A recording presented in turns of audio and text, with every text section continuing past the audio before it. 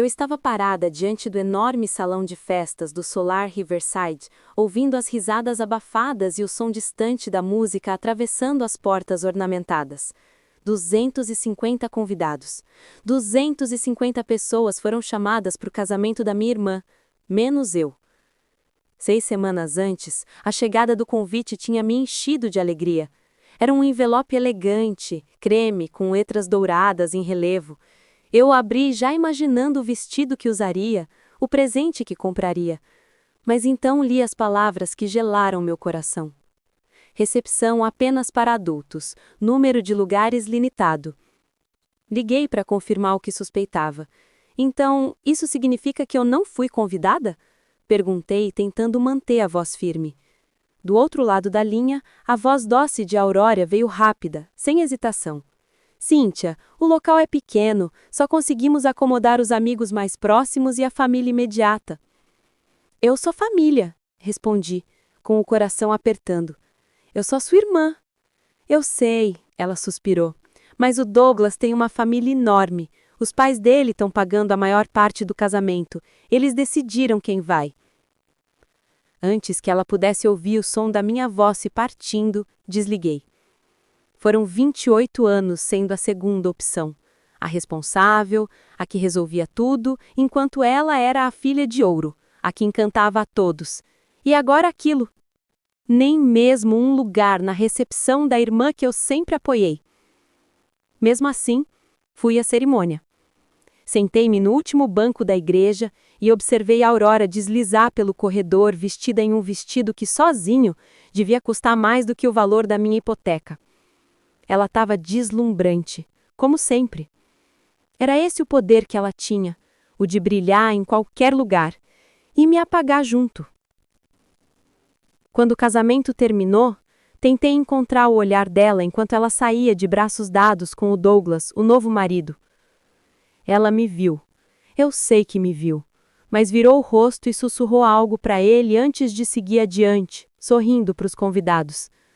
Agora, diante da porta do salão de festas, eu me perguntava se devia ir embora ou entrar. A razão me dizia para deixar para lá, para ser a pessoa madura. Mas depois de tantos anos engolindo o orgulho, algo dentro de mim queimava. Era raiva, era dor, era libertação. A porta se abriu por um instante. Um casal saiu rindo e eu vi lá dentro. Os lustres de cristal, as flores brancas cobrindo as mesas, as pessoas dançando. E no centro de tudo, a Aurora, rodopiando nos braços de Douglas, parecendo uma princesa. Uma princesa vivendo o conto de fadas que eu mesma tinha ajudado a construir. Ninguém ali sabia, mas aquela casa em que Aurora e Douglas moravam era minha. Herdada do meu avô Amadeu, que me deixara a propriedade quando faleceu há 3 anos. Na época, a Aurora estava em uma fase difícil. Tinha terminado um namoro, estava desempregada, e eu, como sempre, fui o porto seguro. Ofereci o lugar de graça, até ela se reerguer. Isso foi há 3 anos, e ela nunca saiu. Pelo contrário, levou Douglas para morar com ela e juntos transformaram minha casa em um castelo particular.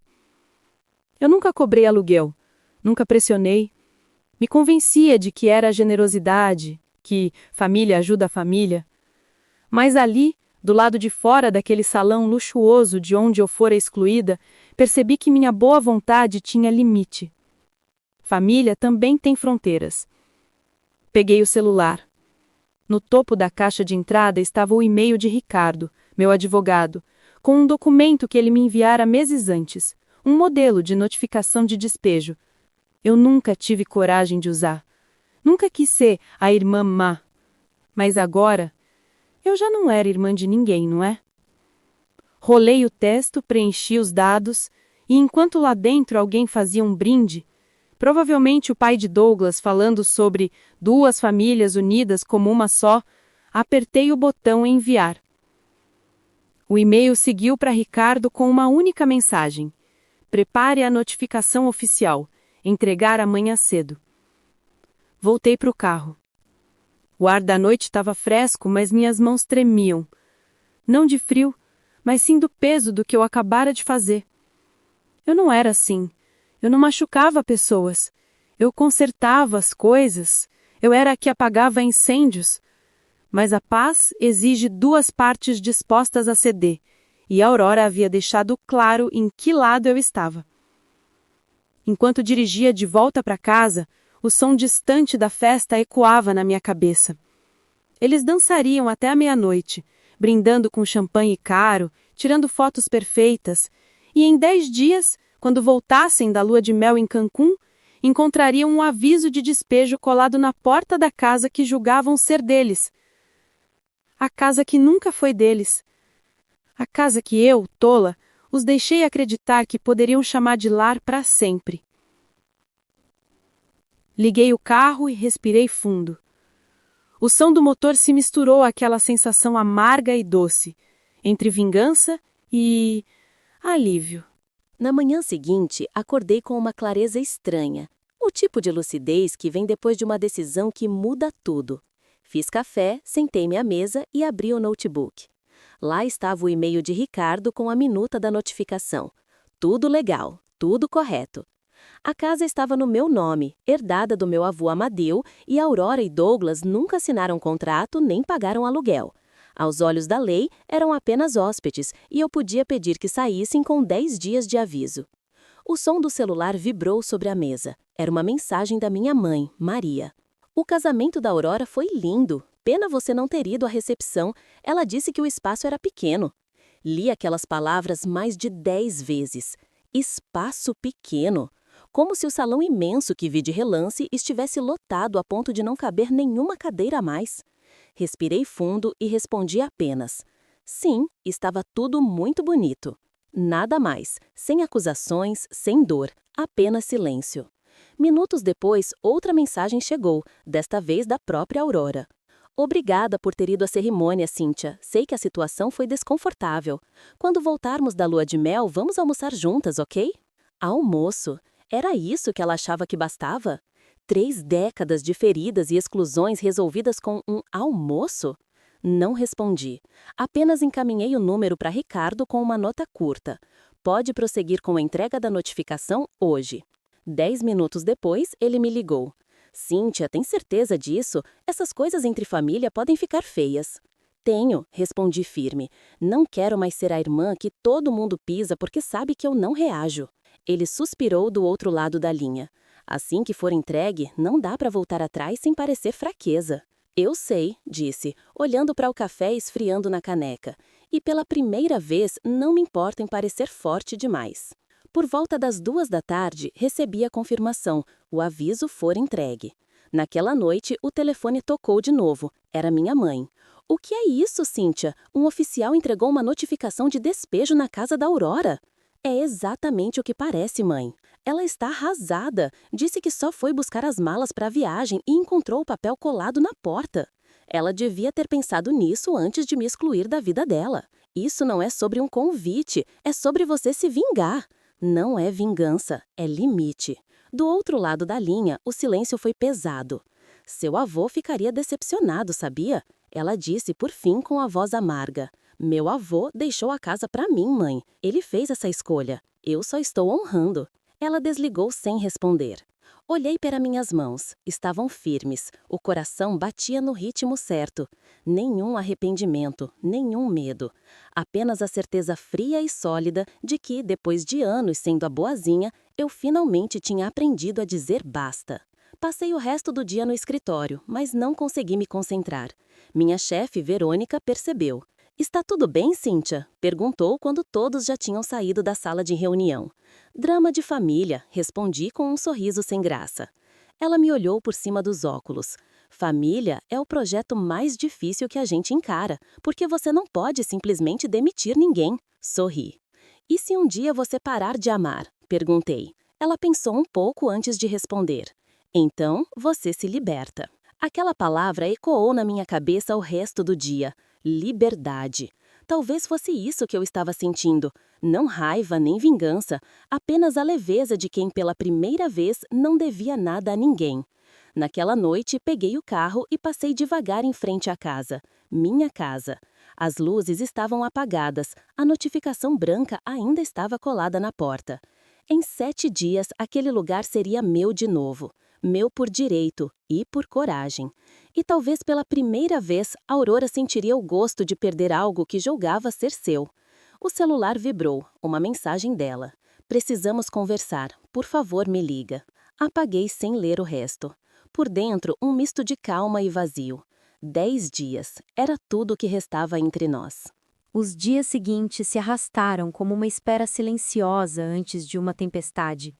Enquanto Aurora e Douglas aproveitavam o paraíso de Cancún, eu mergulhei no trabalho.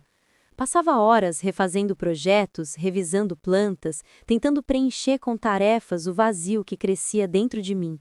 Mas mesmo ocupada, a ansiedade não me deixava em paz. Eu sabia o que aconteceria quando eles voltassem e encontrassem o aviso de despejo colado na porta. Tentei imaginar a expressão de Aurora, choque, depois raiva, depois aquele olhar de vítima que ela sempre dominou tão bem. Na quarta-feira à noite, Verônica apareceu na minha mesa. "Você tá ficando aqui até tarde demais, de novo", disse, cruzando os braços. "Só tô tentando adiantar um projeto." Ela riu de leve. "Cíntia, eu te conheço. Quando alguém trabalha demais é porque tá fugindo de alguma coisa." Olhei para a tela. O desenho técnico estava quase completo, mas meus pensamentos estavam longe dali. "Minha irmã volta da lua de mel daqui a 3 dias", falei, por fim. "E vai descobrir que precisa sair da casa que eu deixei para ela." "Ela te fez o quê?" "Não me convidou para a recepção do próprio casamento." Verônica soltou um assobio baixo. "E isso foi o suficiente para você despejá-la?" "Foi o suficiente para eu parar de aceitar ser tratada como invisível." Ela me olhou longamente antes de dizer: "Cíntia, às vezes o que é legal não é o mesmo que é certo. Mas pelo que vejo nos seus olhos, você não está fazendo isso por maldade." "Eu só quero o que é meu", respondi. "Então faça, mas esteja pronta para lidar com o que vem depois." Saí tarde do escritório e na volta passei novamente em frente à casa. A notificação ainda estava lá, amarelada pelo sereno da madrugada. O número 7 riscado na data me fez pensar em contagem regressiva. No dia seguinte, o telefone tocou. "Cíntia, aqui é o Douglas. A gente precisa conversar." "Sobre o quê?" perguntei, mesmo sabendo. "Sobre você tentar destruir a vida da sua irmã. Isso é insano." "O que é insano é vocês morarem de graça por 3 anos e ainda me excluírem da própria família." Ele suspirou, mas o tom da voz mudou, frio, ameaçador. "Você está cometendo um erro enorme. A Aurora tem amigos, conexões, pessoas que podem tornar sua vida muito difícil." "Tá me ameaçando?" "Tô te avisando." Desliguei antes que ele pudesse dizer mais. O coração disparado, mas não de medo, era a adrenalina. Na sexta-feira, dia em que eles voltariam da viagem, choveu o dia todo. Um tipo de chuva fina que não cai, se infiltra. Eu trabalhei de casa, o som da água batendo na janela servindo de trilha sonora para a contagem final. Às 19h07, o primeiro aviso chegou. "Acabamos de chegar, precisamos de mais tempo." 2 dias não é suficiente para empacotar tudo isso. Por favor, seja razoável." Depois vieram outros. "Você está sendo cruel. Isso é ilegal. Você vai se arrepender." Não respondi a nenhum. Peguei uma taça de vinho, sentei na varanda e olhei a cidade lá embaixo. Em algum lugar, a Aurora devia estar chorando. Em outro, Douglas devia estar quebrando algo de raiva. E minha mãe, Maria, provavelmente estava dizendo para todos os parentes que eu era uma filha sem coração.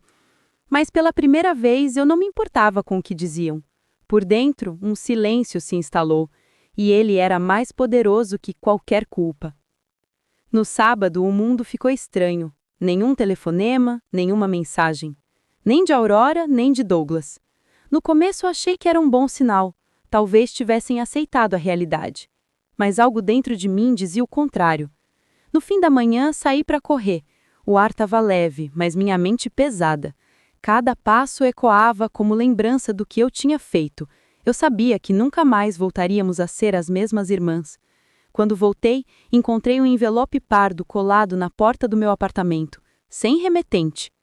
Abri. Dentro, havia fotos. De mim. No trabalho, no supermercado, saindo do carro, entrando em casa. Fotos de dias diferentes, roupas diferentes, estações diferentes. Alguém estava me observando há meses. No fundo do envelope, um bilhete curto.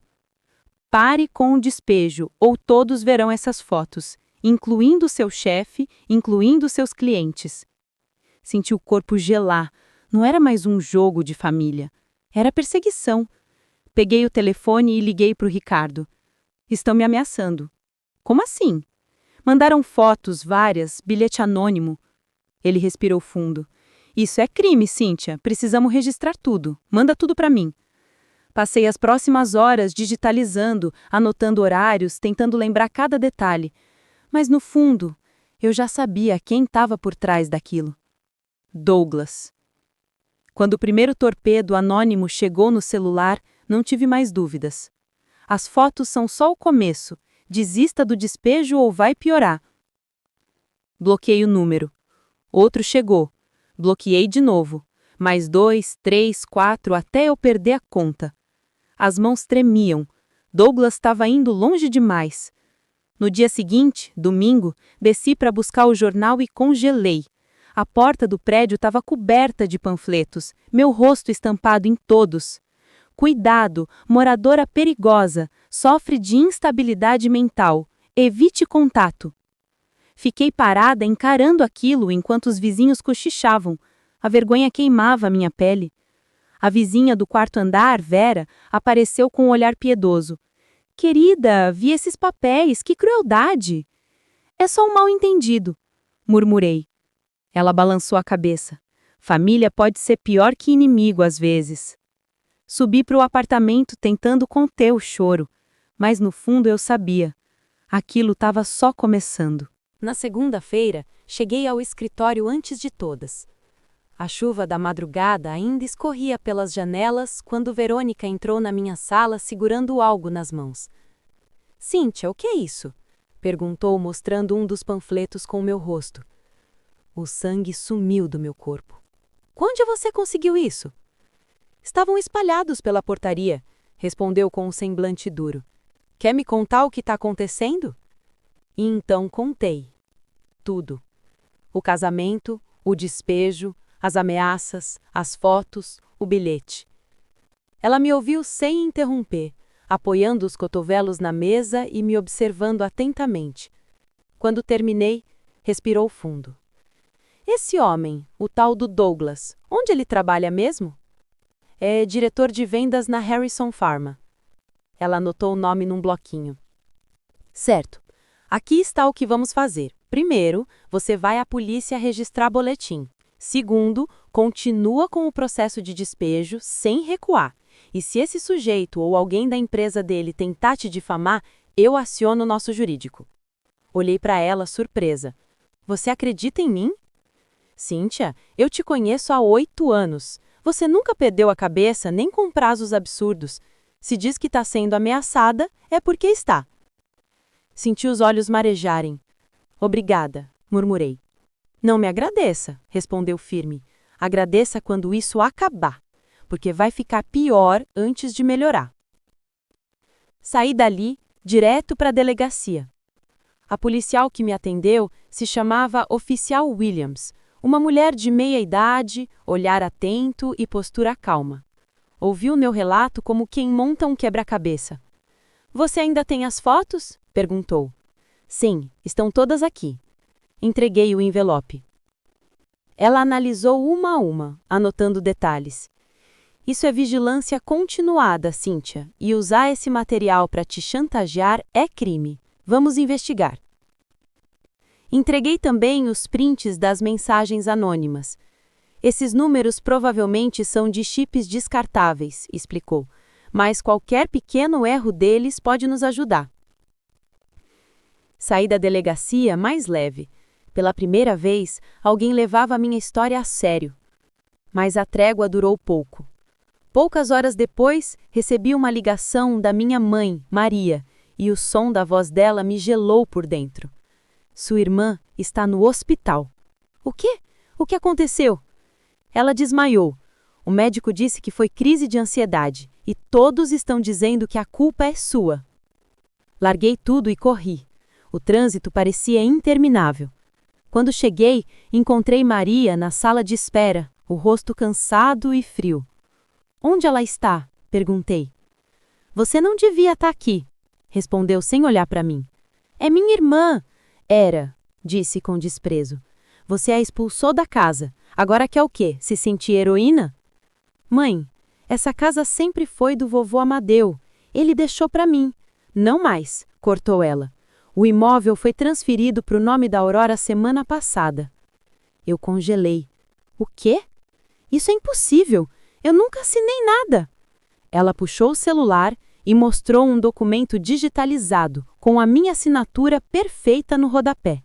Tá tudo aí. O advogado, o carimbo, as testemunhas.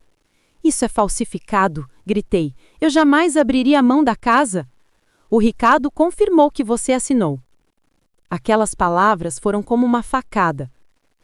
Saí do hospital com o coração disparado. Liguei para o Ricardo várias vezes. Nenhuma resposta. No fim da tarde, recebi uma mensagem dele. Precisamos conversar pessoalmente. Amanhã cedo, aqui no escritório. Não dormi naquela noite.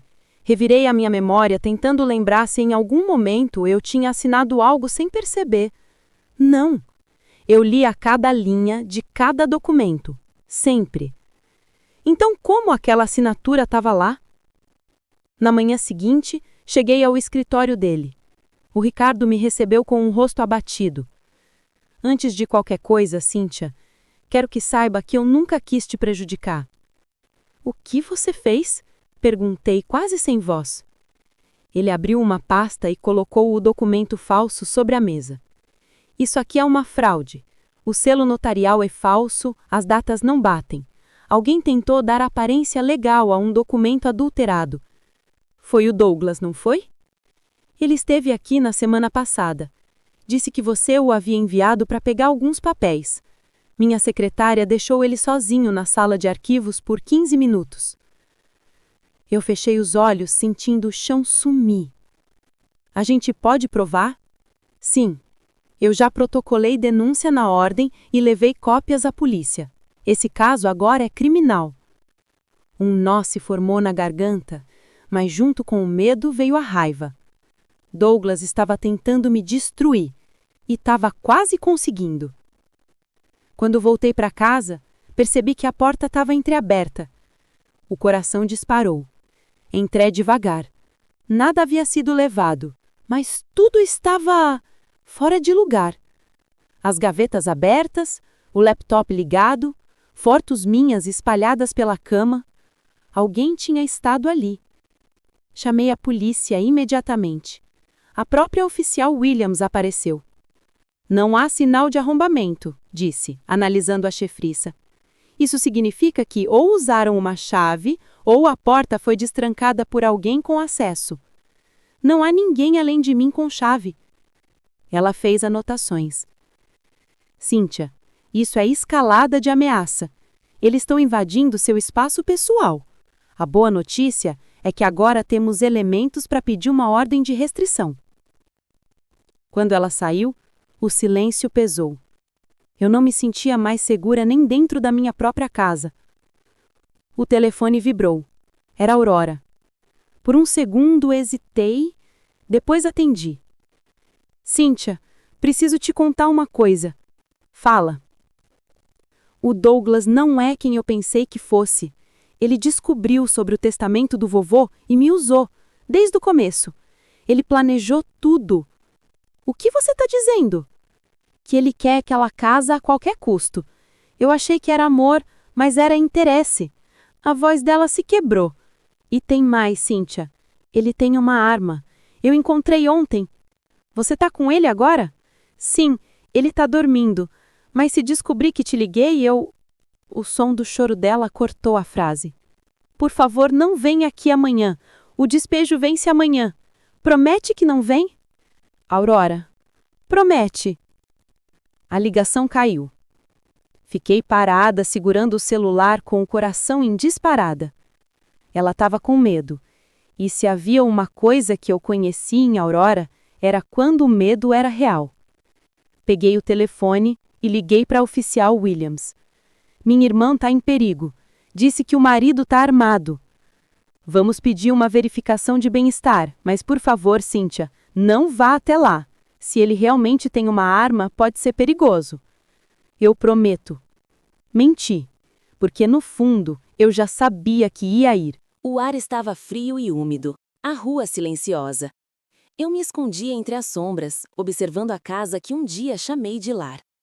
A mensagem piscava na tela do celular. Entre sozinha, ou a Aurora se machuca. Meu estômago se revirou. Ele estava me observando. Mas de onde? Olhei ao redor procurando câmeras, janelas entreabertas, qualquer movimento. A casa parecia adormecida, mas o silêncio era falso, pesado. Dei alguns passos até a porta. Estava destrancada. Empurrei devagar. O rangido do batente soou como um grito. Lá dentro, o cheiro familiar da madeira misturado ao perfume de flores murchas. Douglas apareceu no corredor com um sorriso torto e olhos frios. Inteligente da sua parte vir sozinha, disse, encostando-se à parede. Esperava que você fosse mais covarde. Onde está a Aurora? Perguntei, a voz firme apesar do medo. Descansando, respondeu. Teve dias difíceis. Dei um passo à frente. O que você quer, Douglas? Dinheiro? A casa? Ele riu, um som seco, quase um rosnado. Eu quero o que é meu por direito. Isso aqui nunca foi seu. Ah, mas foi prometido, disse, os olhos faiscando. O avô Amadeu disse que seria da Aurora, não disse? Você só roubou a chance dela. Ele me escolheu porque confiava em mim. Você nunca entendeu isso porque nunca teve nada seu, Douglas, nem caráter. O sorriso dele se desfez. Cuidado com o que diz. Ou o quê? Vai me ameaçar de novo? Ele ergueu a mão. O brilho metálico me fez gelar. A arma. Você vai entrar aqui, fazer um escândalo, e eu vou me defender, disse ele apontando para mim. Um caso triste de invasão e descontrole emocional. Todos já acham que você é instável, vai ser fácil. Engoli em seco. A Aurora não vai deixar isso acontecer. Ela, zombou. Ela faz o que eu mando, sempre fez. Nesse instante, houve passos no andar de cima. A voz dela, fraca, mais firme. Não dessa vez, Douglas. Aurora desceu as escadas devagar, o rosto pálido, mas os olhos decididos. Larga essa arma. Ele girou para encará-la. Volta pro quarto. Acabou, eu já contei tudo para a polícia. Douglas empalideceu. O quê? Liguei antes de a Cíntia chegar, eles estão vindo. Por um segundo, o tempo parou. Ele olhou para a porta, depois para nós, o desespero estampado no rosto. Vocês me destruíram, gritou. Eu dei tudo por essa família. Você tentou roubar o que nunca te pertenceu, respondi. Agora acabou. Sirenas começaram a ecoar ao longe. O som crescia rápido. Douglas respirava pesado, a mão tremenda na arma. Aurora se moveu devagar, aproximando-se. Por favor, larga isso. Por um instante, achei que ele fosse atirar. Mas então, algo mudou em seu olhar. Como se a ficha finalmente tivesse caído. Ele jogou a arma no chão e tentou correr pelos fundos. Antes que chegasse à porta, uma voz firme gritou. Polícia, ninguém se mexe. Oficial Williams entrou com a equipe, armas erguidas. Em segundos, Douglas estava no chão, algemado, o rosto pressionado contra o piso de madeira. Aurora caiu de joelhos, tremendo. Corri e a abracei. Tá tudo bem, acabou. Ela chorava sem conseguir falar. Os policiais recolheram a arma, tiraram fotos, registraram tudo. Mais tarde, oficial Williams veio até mim. Você teve sorte de estar viva, Cíntia. Ele planejava isso há dias. Eu sei, respondi, olhando para o corpo de Douglas sendo levado. Mas o que ele não planejou foi que a Aurora fosse mais forte do que ele imaginava. Naquela noite, ficamos na cozinha da casa. Eu e a Aurora, sentadas lado a lado, as mãos entrelaçadas. O lugar estava em silêncio, exceto pelo som suave da chuva batendo nas janelas. Preciso te contar uma coisa, ela disse, com a voz rouca. O Douglas me convenceu de que você sempre quis me controlar. Ele mostrava mensagens suas, inventava histórias, e eu acreditei. Ele te manipulou, Aurora. Isso é o que esses tipos fazem. Ela assentiu, chorando. Mas eu permiti, porque era mais fácil acreditar que você era a vilã do que admitir que eu vivia à sua sombra. Peguei a mão dela. Nós duas erramos, mas agora temos uma segunda chance. Na manhã seguinte, Ricardo apareceu com um novo contrato. Um acordo oficial de locação, com termos claros, justos, assinados por ambas. Assim, ninguém mais poderá se aproveitar da falta de formalidade, disse ele. Aurora assinou sem hesitar. As semanas seguintes foram um turbilhão.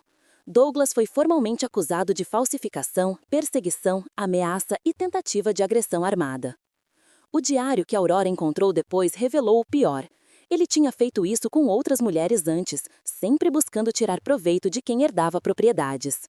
A justiça foi rápida. O juiz Paulo condenou a 8 anos de prisão. Durante o julgamento, Douglas me olhou pela última vez, os olhos cheios de ódio e incredulidade. Eu, por outro lado, sentia apenas alívio. O peso que carreguei por anos, o fardo de ser a irmã forte, se desfez ali. A Aurora recomeçou, voltou a pintar, conseguiu emprego numa galeria e começou terapia. Aos poucos, reencontramos o que tínhamos perdido, não a inocência, mas a cumplicidade. Dessa vez, construída sobre o respeito. Meses depois, fui visitá-la. A casa estava diferente, cheia de luz, de cores. Ela pintava uma das paredes da sala de dourado quando me viu e sorriu. "O que foi?" perguntou. "Só pensei em tudo que passamos para chegar até aqui." "E você se arrepende?" perguntou. Pensei por um instante. Aquela notificação de despejo tinha mudado tudo.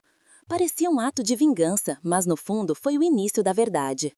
"Não", respondi. "Se eu não tivesse agido, ele ainda estaria manipulando a gente. Às vezes, para colocar ordem no caos, a gente precisa virar a página. Nem que doa." Ela largou o pincel, me abraçou e sussurrou. "Obrigada por não desistir de mim." Somos irmãs, Aurora. Isso ainda significa alguma coisa. Quando saí, olhei a casa pela última vez. Não como símbolo de poder, mas como que sempre foi, um lar. O sol se punha atrás das árvores, dourando as janelas. Respirei fundo e senti paz. Aquela história de dor, raiva e culpa tinha virado aprendizado. Porque às vezes o amor precisa de um limite para sobreviver. E o perdão precisa de coragem para existir.